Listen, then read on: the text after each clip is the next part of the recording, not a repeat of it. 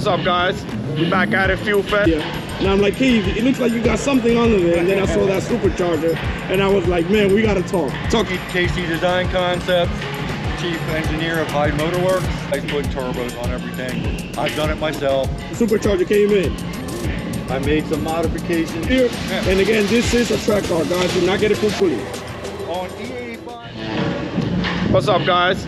We back at it, Fuel Fest. Daily on Supercars. We got Keith here. So Keith has, again, guys, don't take the word toys for something bad. We're just growing up with bigger toys. That's exactly what we are. Keith, you got something very special here. Talk to me about this bad boy, because I had to stop you earlier. And I'm like, Keith, it looks like you got something under there. And then I saw that supercharger, and I was like, man, we gotta talk. Talk to me. All right, well, I'm Keith, KC Design Concepts, Chief Engineer of Hyde Motorworks. And this is my 93 325 IS. I bought it completely stock. Started, wanted to make it a little bit more up to date, get a little more power out of it. I originally started with the Eaton M90 supercharger. I installed it onto the stock M50 B25 TU engine. Give it a little extra something. Well, I was looking for forced induction, and everybody's putting turbos on everything. I've done it myself, and I wanted something different. So that's where the supercharger came in, and I was like... That's where the supercharger came in? Yeah, that was the small supercharger on the stock motor.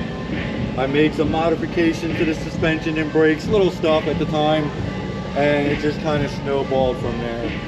Since then, I've done all the reinforcement plates into the chassis. I've got rid of all the flimsy rubber bushings, it's polyurethane and solid mount. M3 rear and front subframes, rear trailing arms, rear axles, Bilstein V8 dampers, H&R springs, H&R sway bars, roll center correction kit,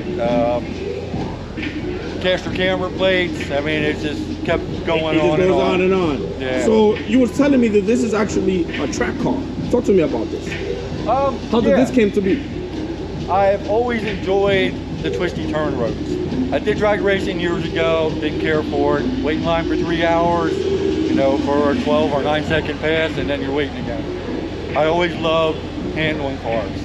That's why I bought this car, and I was like, all right, I can do something with this. In the process of building the supercharger, that's when Hyde Motorworks reached out to me because they liked my design of the mounting brackets and everything.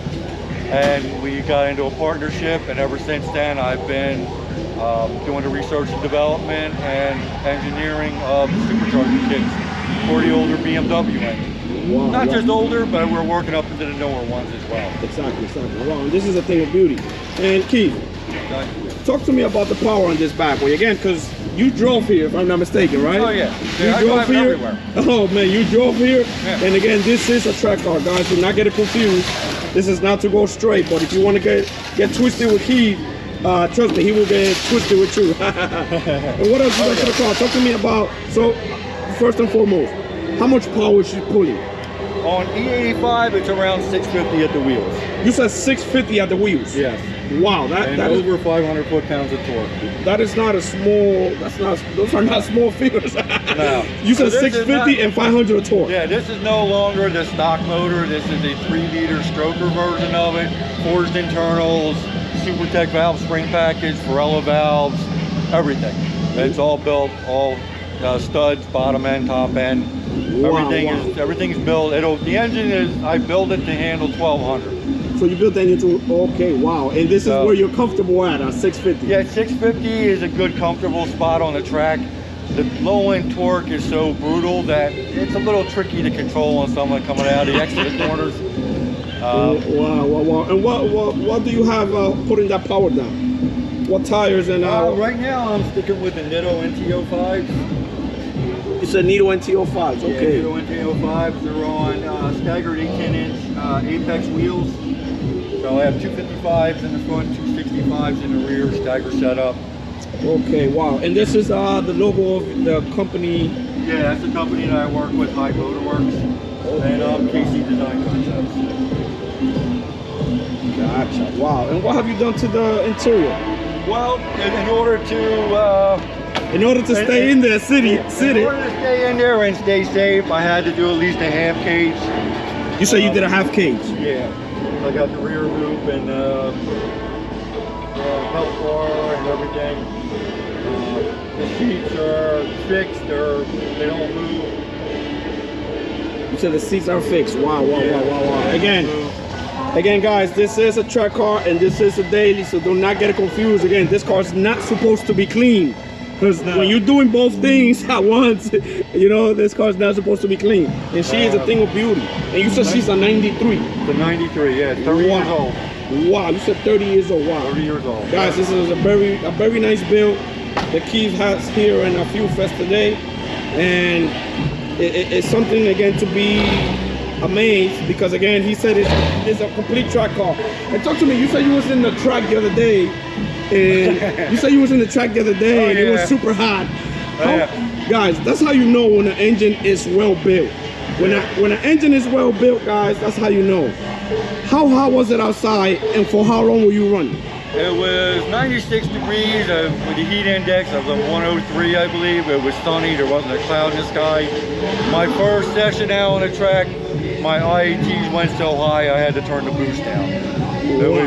It was just roasting everything. It's like, all right, I don't want to do any damage. And you still was out there. And for how long you was out there for? It was 20-minute session. Oh my God! Look at that, guys. 20 minutes on 96 degrees. Yeah. That's how you know when a car's well built. You can rely on it, go out and have fun. Of course, it was just too high. The Keith was like, nope, I gotta call it back. Yeah. Wow. The biggest problem with the car was the nut between the steering wheel and the seat. Me. Of course, yeah. No, I could imagine. I'm really good on the Lightning track, but it was the first time on the Thunderbolt, and I kept screwing up turn 9. I only went off the track one time. And, it was too much, and I can imagine with that heat. Guys, I'm just gonna give you a quick preview again. Keith, thank you for the time, and again, guys, this is something again that I know there's a lot of people out here building, but this is the way you do it, especially if you're doing a track car, guys. Thank you again, Keith. Thank you for the time.